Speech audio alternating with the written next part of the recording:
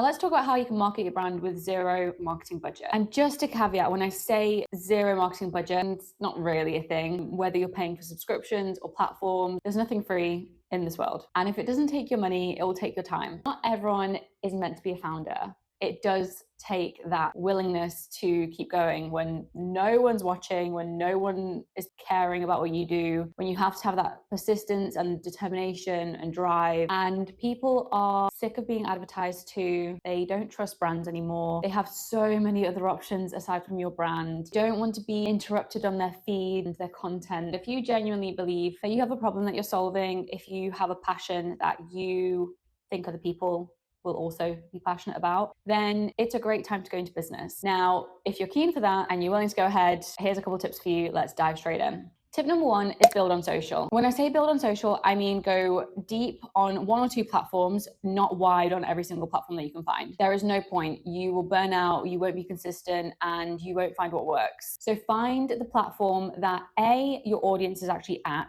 and B, that you are good at and can consistently be good at. So if you're not comfortable talking on camera, maybe TikTok's not the right one for you. Otherwise, you're going to have to learn to do it.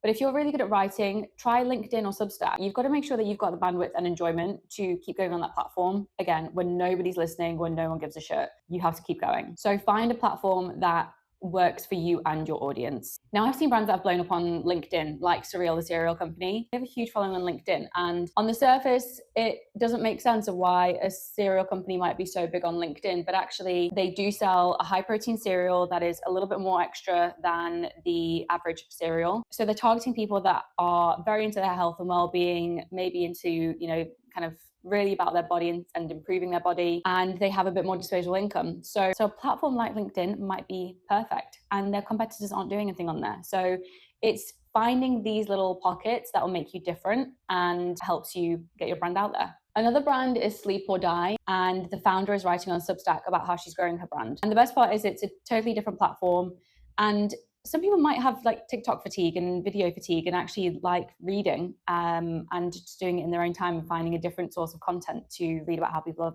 growing their brands. I think that's the thing with posting founder content on TikTok and other platforms like that. Like, it's getting a little bit saturated, especially on platforms like TikTok. Like, the golden age of typical founder story is just getting a little bit old now, and I think it has peaked. There has to be some kind of angle to how you're doing something differently, because if you're just building a product and have no big why or interesting thing about your brand, then it's probably going to get really hard to get traction. Saying that, I still do think that founder-led brand is one of the best ways to grow a brand, because people do crave that community, they do crave that connection now, and people want to buy from people. So do you think that's an easier way rather than doing like a faceless brand or a founderless brand? I think people still will want that connection for a long time. One thing that you can do that beats the fatigue right now is having some kind of series. So whether that is posting until you are in some kind of shop or supplier, or a celebrity has worn or used your items, or posting until you're on some kind of list like Forbes. And that keeps it interesting and engaging for users. That leads me to tip number 2. Be controversial. Stop trying to blend in. Blending in looks like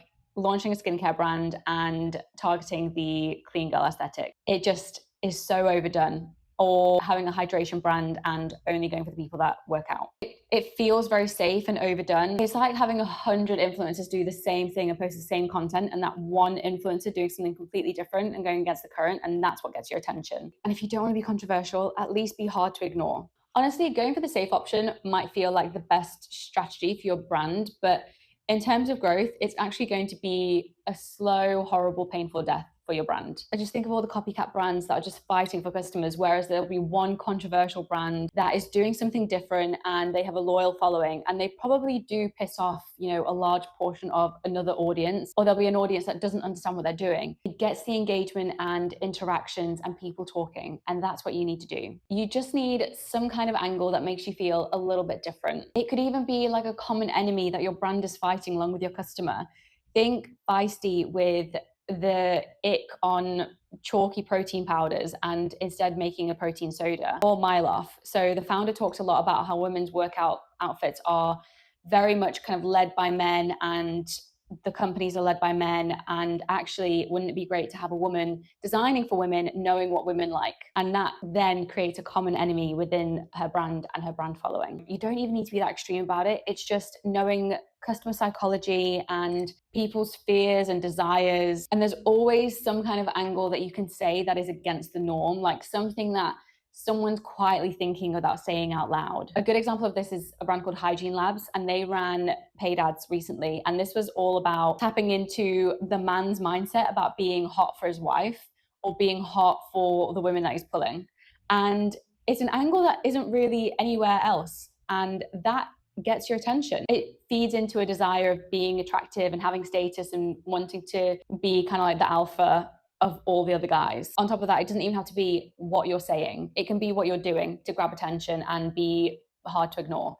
Whether that is where you're recording, what props you're using, how you're saying things, what you're wearing, using these little hooks but consistently is how you're going to get attention. Tip number 3 is involving your community. This can be voting on certain products or certain tastes or exclusive launches, being invited to exclusive events, being invited to try products early, or even working with your customers to get content, because then you're not relying on influencers or UGC. You've got people that actually care about your product and using them to spread the word and create great content. Also, getting your community together on real life events. So Humantra do a running club in Dubai, and another brand called Marleybones did dog walks in Battersea Park. That's just a really nice way of bringing your community together about a core idea or a core thing that they care about. And it could be things like book clubs or coffee mornings or walks together, something that connects the community in real life. Final point is think outside the box and don't be afraid to be a bit cheeky. I'm assuming you've got this far because you have very little marketing budget and you need to think of ways to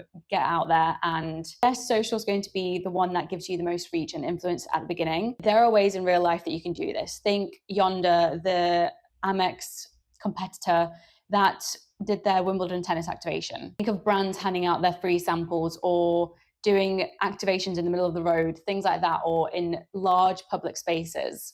Finding the contacts for, celebrities that you might want to gift products to, or just gifting a lot of your product out to influencers, micro influencers, content creators, things like that. Like when you don't have this big budget to put towards sponsoring or influencer campaigns or large events, you have to be strategic in how you get your name out. That's all my tips. So if you liked it, let me know. And if you have any other ideas that you want me to cover, let me know in the comments, and I'll see you next week.